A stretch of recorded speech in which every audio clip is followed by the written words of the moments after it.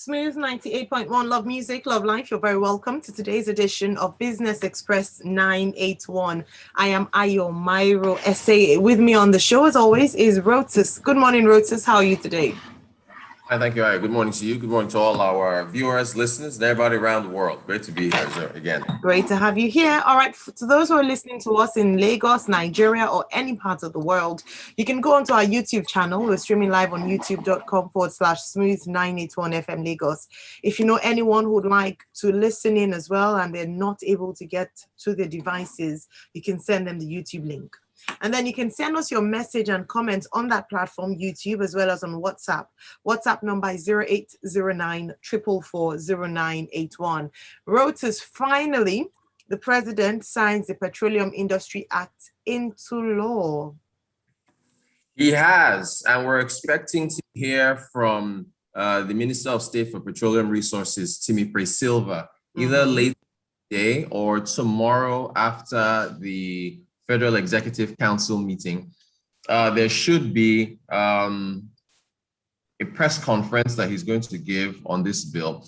It's understood, according to the media, that much of his press conference will rest on the existing subsidy regime and possibly about a new direction for that, because of course, the Petroleum Industry Act, which is now an act now, it's been signed into law now, it's no longer a bill. So the Petroleum Industry Act calls for the NNPC to become a competitive for-profit corporation.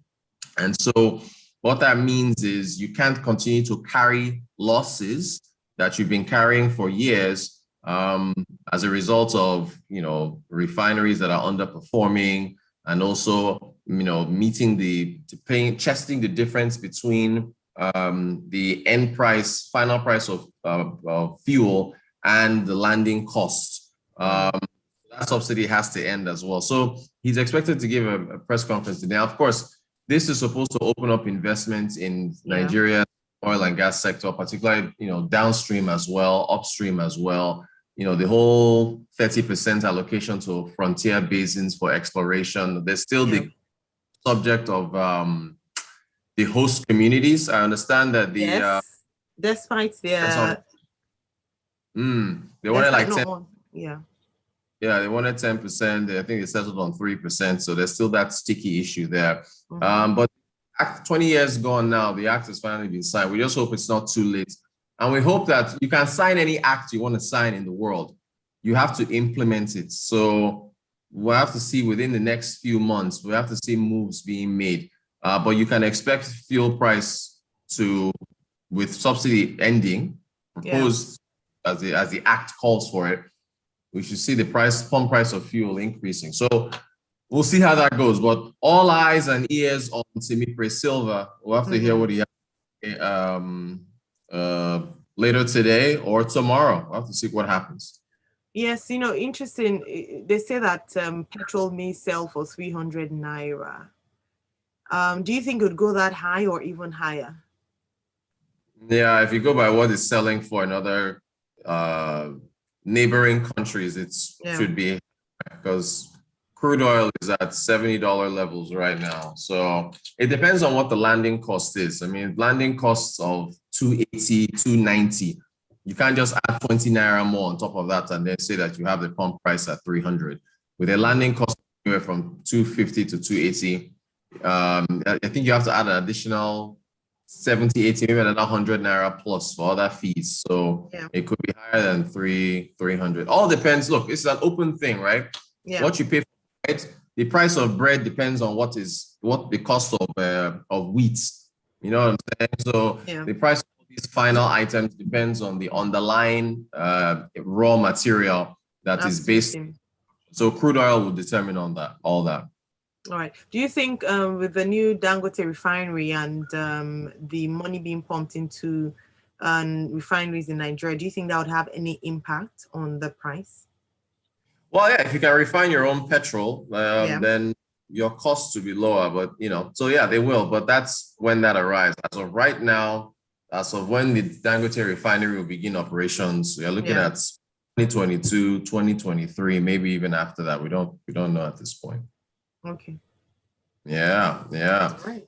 Speaking of fuel, the head of customs is blaming the NNPC for the current rate of, or the increased rate of smuggling across the country. So Mr. Hamid Ali, who is the Controller General of the Nigeria Customs Service, he says that he proposed to the NNPC to establish petroleum retail outlets in neighboring countries to curtail smuggling of fuel. So his logic is, we're selling it for 162 in Benin Republic, Cameroon, neighboring, Niger. They're selling it for 450, 500 naira per liter, right? So Mr. Ali's logic was that, hey, why don't we take retail outlets, I guess that means fuel stations, put them near the borders and sell it at the price that we're selling at 162, and that will end smuggling. That's his big idea. That's his big idea. So just imagine this, right? The cost of a loaf of bread, again, I don't know, I'm using bread as well for all my examples today, but a loaf of bread is going for, I don't know, 400 naira. Nigeria is subsidizing bread and selling it for 200 naira. In Benin Republic and Cameroon, they are selling bread for 500 naira. So the logic is that take a bakery or take a shop that sells bread and put it at the border with Benin Republic or Cameroon and sell it at 200 naira, and you'll stop smuggling. Ta-da! That There sounds like that. I mean,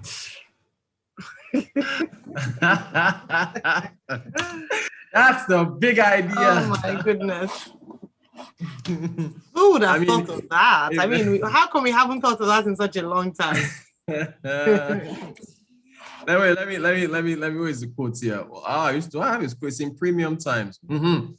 I've also proposed to NNPC, if the price differential is the problem, we have our banks operating the West Coast, right? What stops us? NNPC or DPR, Department of Petroleum Resources, should establish petrol stations in our neighboring countries and move these products at the cost that we sell and sell to the people. We will make money. We have the market, and by doing so, we will completely diminish the anxiety of the tension for smuggling. Establish petrol stations in our neighboring countries. That is, you in Nigeria want to go into Benin or go into Cameroon and set up a petrol station there in another country and just somehow dictate at what price. You gotta love it. You gotta love it. All right, you really have to love it. It's Mr. Hamid Ali, ladies and gentlemen, the Controller General of Customs. Yep, there you go. And that's that. What else is making the news? So we move to aviation. Let's talk about aviation. With regards to the airport concessions and the RFQ. Minister Sirika, him of the Nigeria State's flagship carrier fame. That's Mr. Sirika. Don't forget, he really pushed that flagship carrier all the way to getting a logo and everything. He hasn't really given up. He still wants to do it first quarter of 2022 or something. Anyway, the federal government has made public through the Federal Ministry of Aviation its requests for pre-qualification or bids for the concession of its 4 international airport terminals and related services. So basically, Nnamdi Azikiwe International Airport in Abuja, Murtala International Airport in Lagos, the Malam Aminu Kano International Airport in Kano, and the Port Harcourt International Airport in Rivers. They want to get private parties to come in, run them, have a little partnership with the federal government, and hopefully, because those airports were not really up to standard for international flights, and that they need private participation. Now, of course, you have to ask yourself, if you are a private, if you go to a concession, work with the government, do you want to come in and put your private money here and hope to get possible returns on that? What's the environment? The federal government there's a court case with one other MM2, the company that has a partnership with federal government. MM2. Is that by Courtney? Exactly, by Courtney. Thank you. Yeah. So is that going to put off any potential investor that wants to come in here and those concessions? Or, you have to look at airline traffic, how many Nigerians travel internationally, and so on and so forth. So you got to put all those things together, and we'll see what kind of bids they get. They put the bids. It's like dating, right? Or yourself out there on the market and you want to attract suitors. You want to see how many suitors. We'll see what the interest level is like. Yes.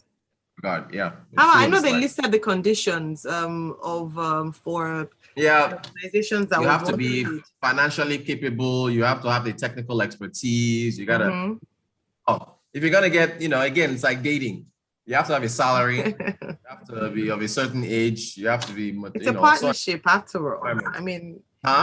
It's a partnership. Like dating is like looking for a new partner. Exactly. So you have to have the same criteria.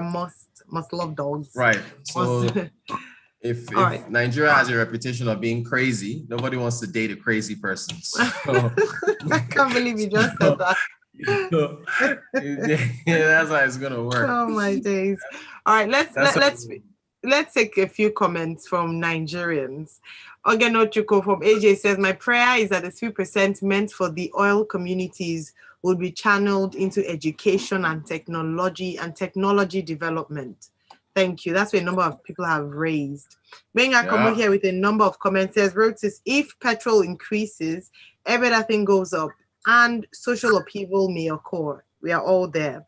And then he said, smuggling is a big business, and so far the customs are utterly incompetent in patrolling and curtailing it.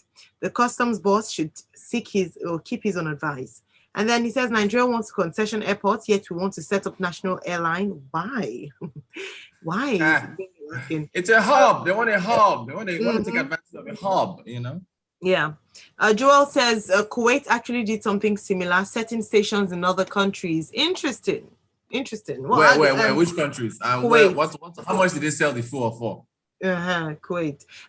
We should have suspected that this was coming. We're borrowing ideas because we often do this. We just copy and paste from other places, even if the conditions and the climate are not the same or it's not the same. We still find a way. You can't even compare.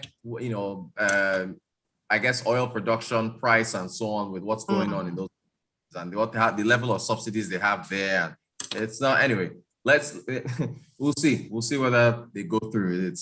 It's not being set up a fuel station in another person's country. It is not at all. Would we even, as a country where we keep, banning, would we take it? Would we be open to allowing? Right. I don't know. Can Ghana come and open a fuel station here and say they are selling fuel at 400? Sorry, girl. Yeah, come on, man. Kara says we can buy fuel for 20 naira per liter if we fix the refinery in the country and refine it here. Rotus, I'm still waiting for your response on Instagram. Please, I want to make more money. Kara says you should. Kara, I haven't responded to. Okay, sorry about that. I will check my Instagram messages. Apologies. I'll go back. I'll take a look at that as well. Final comments here. Joseph from Ikeja says, listening to Hamid Ali, you really have to get worried about the people in power. No wonder we are where we are. Yeah. The big idea. All right. Thank you, everyone, for your messages. Thanks for participating in today's conversation. And as always, thank you, Rotus, for coming in and giving us the news analysis, fresh and hot here on Business Express 981. Thank you so much, Aya. Thanks, everyone. Thank you. See you tomorrow morning, same time at 6:30 a.m. We do this from 6:30 to 6:45, Monday to Friday. Next up, we bring you Freshly Pressed 981, but that's not in another 45 minutes. So we have 45 minutes of great music here on Smooth 98.1. Stay tuned. Business Express on Smooth 98.1. Brought to you by ARA. Local and